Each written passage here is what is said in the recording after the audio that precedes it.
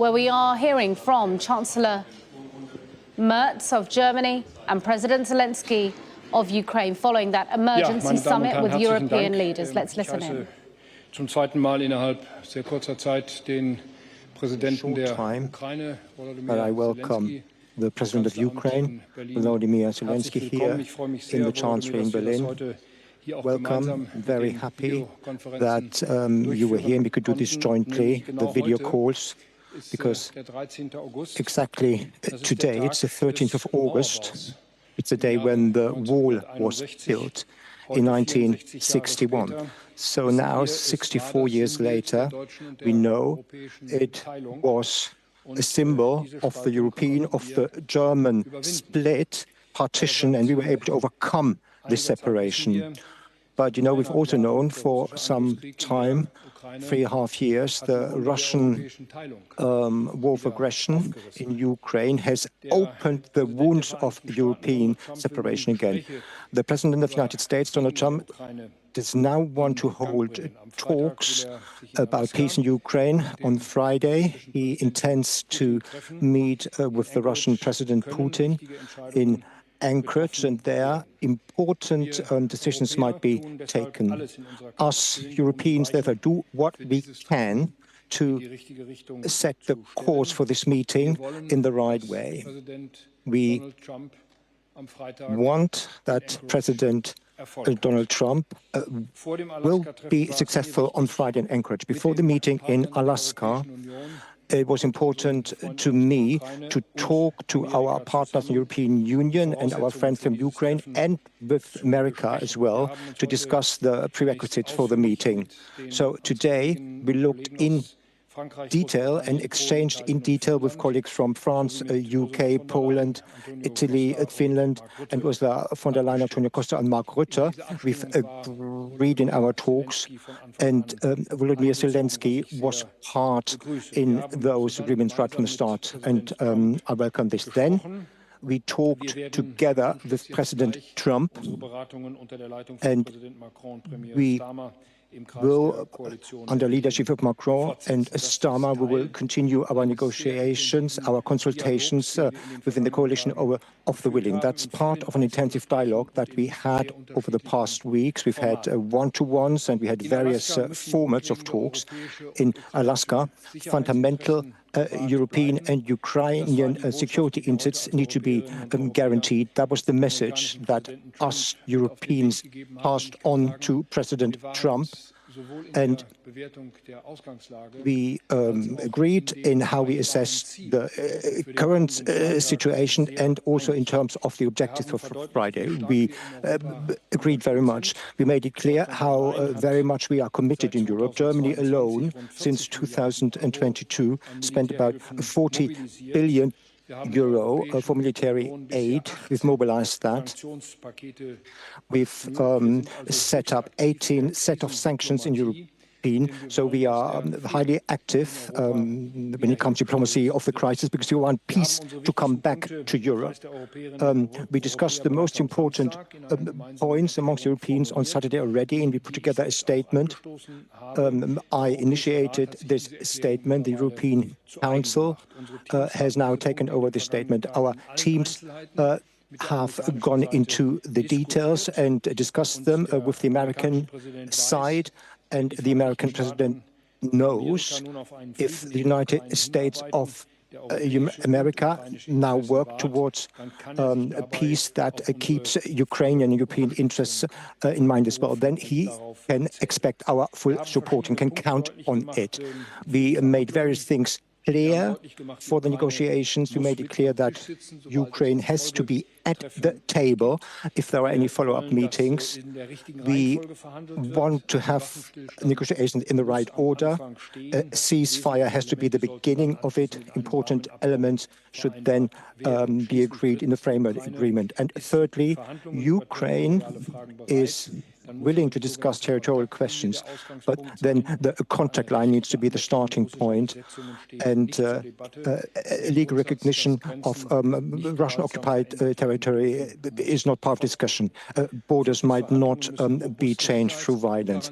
Fourthly, we need robust safety assurances for Ukraine. The Ukrainian forces have to be able and to defend the sovereignty of their country, and they will be able to support on European support in the future. 5 negotiations need to be part of a transatlantic strategy, then they are most likely to be successful. The strategy is based on supporting Ukraine and putting pressure on Russia. So if in Alaska there's no movement on the Russian side, then the US and the Europeans need to increase the pressure. President Trump knows his position. He shares them largely. So I can say we've had a very good and constructive talk. We wished President Trump all the best. We agreed that straight after the meeting with President Putin, he will inform the Ukrainian President, Volodymyr Zelenskyy, and then also the European heads of state and government that are part of the initiative. There is hope that something is moving. There's hope that there's peace in Ukraine. From a joint European perspective, we're working with this, but I, from a German perspective, do everything I can to take all opportunities to get also in diplomatic fashion this war, this terrible war, to end. Thank you very much. Volodymyr. Thank you, Friedrich. Thank you, Germany, for the invitation. We are today working with the Chancellor in the four-sided meeting. We discussed our bilateral relations. We thank Germany for their contribution, to their help to strengthen our state, our security, to strengthen our air defense, and for all the help since the beginning of the war.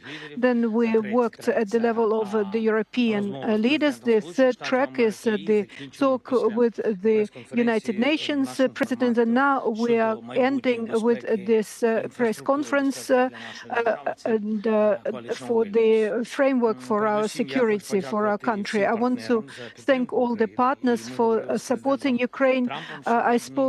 We spoke with President Trump and President von der Leyen and Mark Rutte,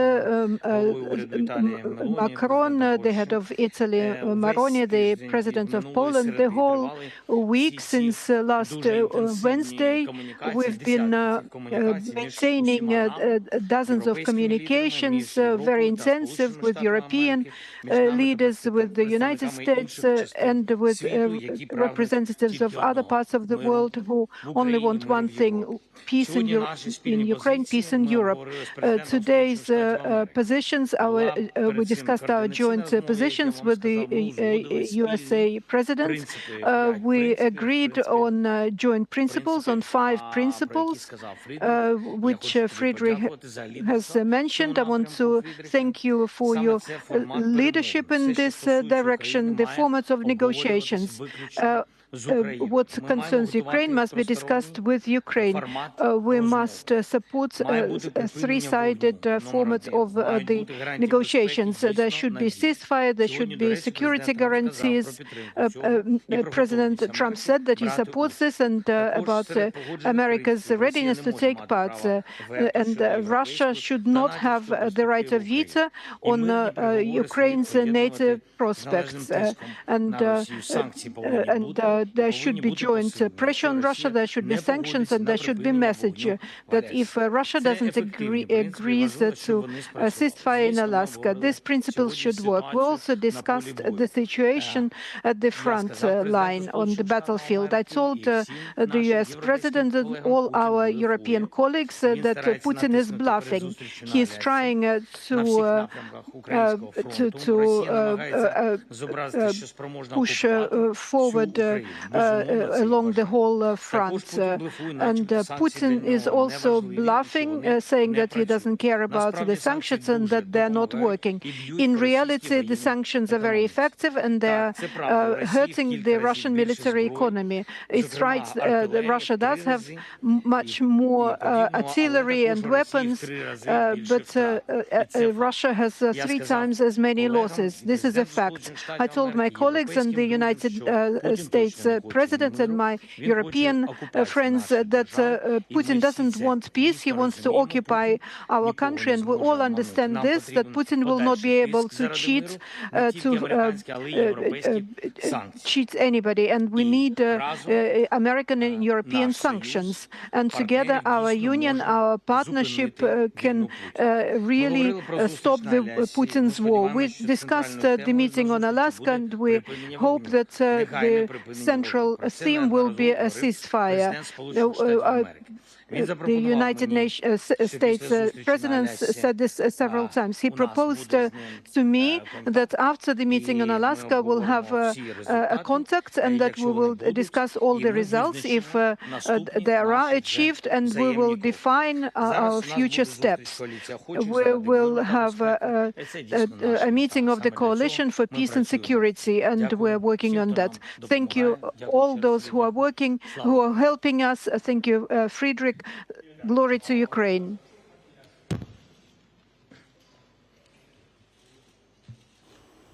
And there we have that live press conference from Berlin. It looks like they are answering questions. Let's listen in again for a moment. You said yesterday to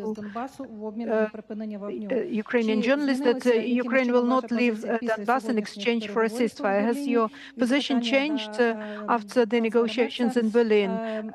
And a question to Mr. Merz, as for ceasefire, is it possible, is the condition for a ceasefire that sanctions will be lifted or softened? And what security guarantees will be offered by Europe?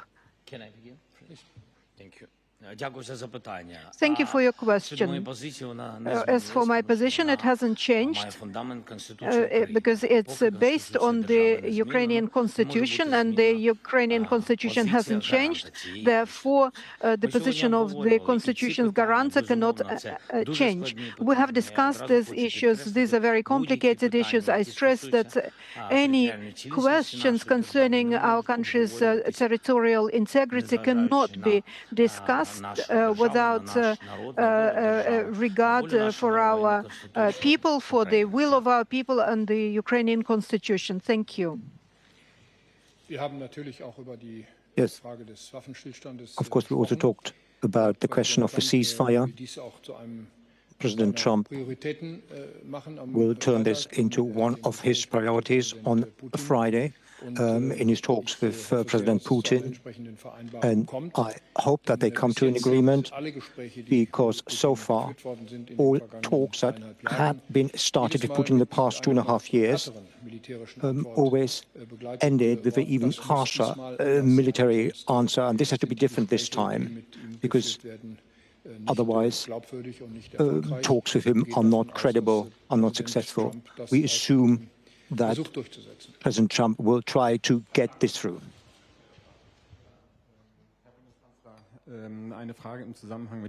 Mr. Chancellor, in terms of security guarantees, did I understand you correctly that President Trump agreed that he will provide security guarantees for Ukraine? What will they look like? And are Europeans willing to take part in that, militarily as well? And the question to President Zelenskyy, related to the exchange of territory, under what conditions would you be able to talk about an exchange of territories with Putin? And, you know, what moment is this coming Friday? Is it an historic moment? Is it one of many meetings? Thank you. No, Friedrich, please. We briefly talked about security guarantees. We know that Ukraine needs security guarantees. That's why I said in my initial statement that we will have to support the Ukrainian army to defend their countries. You know, in terms of what security guarantees we look at, in terms of which country we provide, well, that was not part of the discussion today, but that will have to follow once the way towards peace has been opened. You know, it seems to me that that the success of any talks depends, first of all, on the results and the mood. And our mood now is that we are united, and it was very positive. All the partners expressed, demonstrated one voice, one desire, and the same principles and the same vision. And this is an important step forward. As for the historical nature of this moment, I wouldn't want to use such important words now. Let's wait for the results. In any case, the key questions which you asked at the beginning of your question, you talked about principles, about our territorial integrity. At the end of the day, everything is decided at the level of the leaders. It's important to solve this issue without Ukraine, and everybody supports this position. Thank you very much.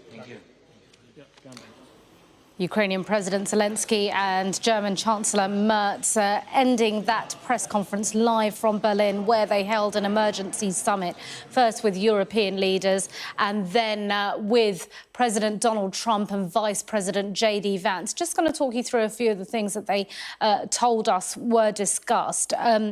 President Zelensky obviously started by thanking European leaders. He said that they are working on a framework for his country's security. We want peace in Europe, peace in Ukraine, and referred to 5 joint principles that they have all worked on and put forward to President Donald Trump. Interestingly, President Zelensky, I'll come to those principles in a moment, but sticking with what President Zelensky said, he went a little further. Chancellor Merz very much focused on those 5 principles and the discussions in Alaska. However, President Zelensky very keen to impress upon European and American leaders that sanctions are working. He said that Putin is bluffing when he says they're not. Russia has 3 times as many losses, and sanctions are working. He believes Putin doesn't want peace. He wants to occupy our country, but sanctions can stop Putin's war. So President Zelensky clearly still appealing and concerned and cautious there. I'm going to talk you through those 5 principles Chancellor Merz shared with us in detail. Number 1, he said that they had put to President Trump, Ukraine has to be at the table in any further meetings. Of course, it's just President Putin and President Trump meeting in Alaska. Number 2, a ceasefire has to come first in any agreement. And we understand from what President Macron said, we brought you that earlier, that Donald Trump has agreed that he is also pushing for a ceasefire in Alaska on Friday. Number 3, Ukraine is willing to discuss territorial issues, which is very interesting because there's been some discussion as to whether that is even on the table as far as Ukraine is concerned. But crucially, Ukraine is not willing to discuss any changes to their border. I'm being told that we may have other updates as well from EU President Ursula von der Leyen. There we go. She says we will remain in close coordination. After the virtual meeting, she said it was a very good call with President Trump, President Zelensky and European leaders. She goes on to say, today, Europe, the US and NATO have strengthened the common ground for Ukraine. And so it seems that it's very positive as far as European leaders and their emergency summits concerned. They feel that it was worth having this summit and that it was a success. We're also getting updates from NATO General Secretary Mark Rutte, who is part of that virtual meeting, saying the ball is now in Putin's court. So Mark Rutte saying the ball is now in Putin's court. He also said, we appreciate President Trump's leadership and close coordination with allies. And we know, of course, Mark Rutte very good at making sure that President Trump feels powerful and appreciated. NATO Secretary General Mark Rutte saying we appreciate Trump's leadership and close coordination with allies. Ursula von der Leyen saying that she feels that it was a very good call with European leaders and the US leaders, and their Chancellor Merz outlining those 5 principles that they have put to Donald Trump, and President Zelensky saying that he is hopeful too. Well, earlier, our defence and security analyst, Professor Michael Kark, spoke to me and explained why European leaders have been so worried ahead of this summit. They do have some leverage because the main European leaders are behind Zelensky, and they're making that very, very clear. So they've lined up and they've said, we take the same view of Zelensky, that you can't have a deal about Ukraine unless Ukraine is in some way part of it. And so Ukraine's got to agree to whatever you come up with. You can come up with something they don't agree with, and then we'll all be back in the crisis again. So that leverage is, in a sense, the leverage of persuasion. And this is what worries them. They look at the map of Ukraine, they look at what the Russians seem to have been briefing, certainly saying to the Americans, and they worry about these areas. Now, I mean, Crimea is a really important case. I mean, it belongs to Ukraine, but the Russians will never leave Crimea, is what they say. Ukrainians will not get that back in the foreseeable future. So that's off the table. The Russians are implying that they might withdraw from some of the little areas they've got in Sumy and Kharkiv. The Russians are also, apparently, according to Steve Witkoff, partly implying they might withdraw from parts of southern Zaporizhia and Kherson, as long as they can keep a corridor open to Crimea, to keep Crimea open. That would be logical from their point of view. That'd be a big concession if they're prepared to do that. But what the Russians are making it very clear about, and this is the sticking point, is they want the rest of the Donbass. So at the moment, they've got Luhansk, they've got about 60 to 70% of Donetsk. And this is the bit they haven't got, about 30% of Donetsk. And this is the heavily fortified belt of cities that the Ukrainians have got. This is a really important defensive belt. If the Russians say, we won't have a ceasefire until you walk away and give us that, then that is unacceptable. And Zelensky said that several times in the recent days. We will not give up the Donbass. We've been defending it since 2014. They've expended a great deal of blood and treasure to maintain this really important area. It's got plenty of minerals in it. It's a defensive line that protects the rest of the area to the east of the Dnieper River. And it is emotionally very important to the Ukrainians, given what they've done to defend it so far. And that, I think, is the biggest sticking point. And that's what really worries the Europeans when they consider what Trump may be talking about with Putin in Alaska. So if we talk about the Europeans and how much influence they really have, considering how much aid the Europeans have given, they really should have potentially more say in terms of... They've surpassed the United States, haven't they? Oh, more than in double, that. yeah. Why are they struggling to get this seat at the negotiating table, then? Partly, Simon, because it's a slow burn. The United States put in a lot of money to start with in 2022, and the US has given just under $120 billion. President Trump keeps saying 350 billion. That figure has never been true. It isn't true. It never has been true. The real figure is about 120 billion. The Europeans started low, and they're now building up to more than twice that, 260 billion, 257 billion as of this month. But it's been a slow burn. And so although the Europeans are now putting in twice as much as the Americans have put in, the Americans won't put any more in, and the Europeans will continue to put money in, that's what they say. And the Europeans are making up about 40% of all the weapons that Ukraine has got. Ukraine's producing another 40% themselves. But the 20% that they get from America are the 20% that they really need. So the difference, in a sense, is that the Americans were there at the beginning in a big way. The Europeans have ramped up and have now overtaken what the Americans are doing, but it's not buying them the direct influence that they would like to have, which they would have and maybe will have if this goes on for another 2 or 3 years. The Europeans. So next question then, is this the last roll of the dice? I mean, they're trying to have this online summit with President Trump. Well, I'd say this is the last best chance the Europeans have of getting President Trump to be tough on Putin. If he's not tough on him in this case, it's very hard to see him being tough on Putin in 6 months' time, a year's time, or whatever. If this doesn't work, and I have to say I don't think it's going to work personally, but we'll see. But if this doesn't work, I mean, Trump will walk away from the war. He'll probably blame Ukraine. The Americans may then stop all aid, including intelligence aid, which will be very difficult. And Ukraine will carry on as best it can with the Europeans helping them. That's feasible. But for that to happen, the Europeans are going to have to be a great deal braver than they've been for the last 5 to 10 years over Russia.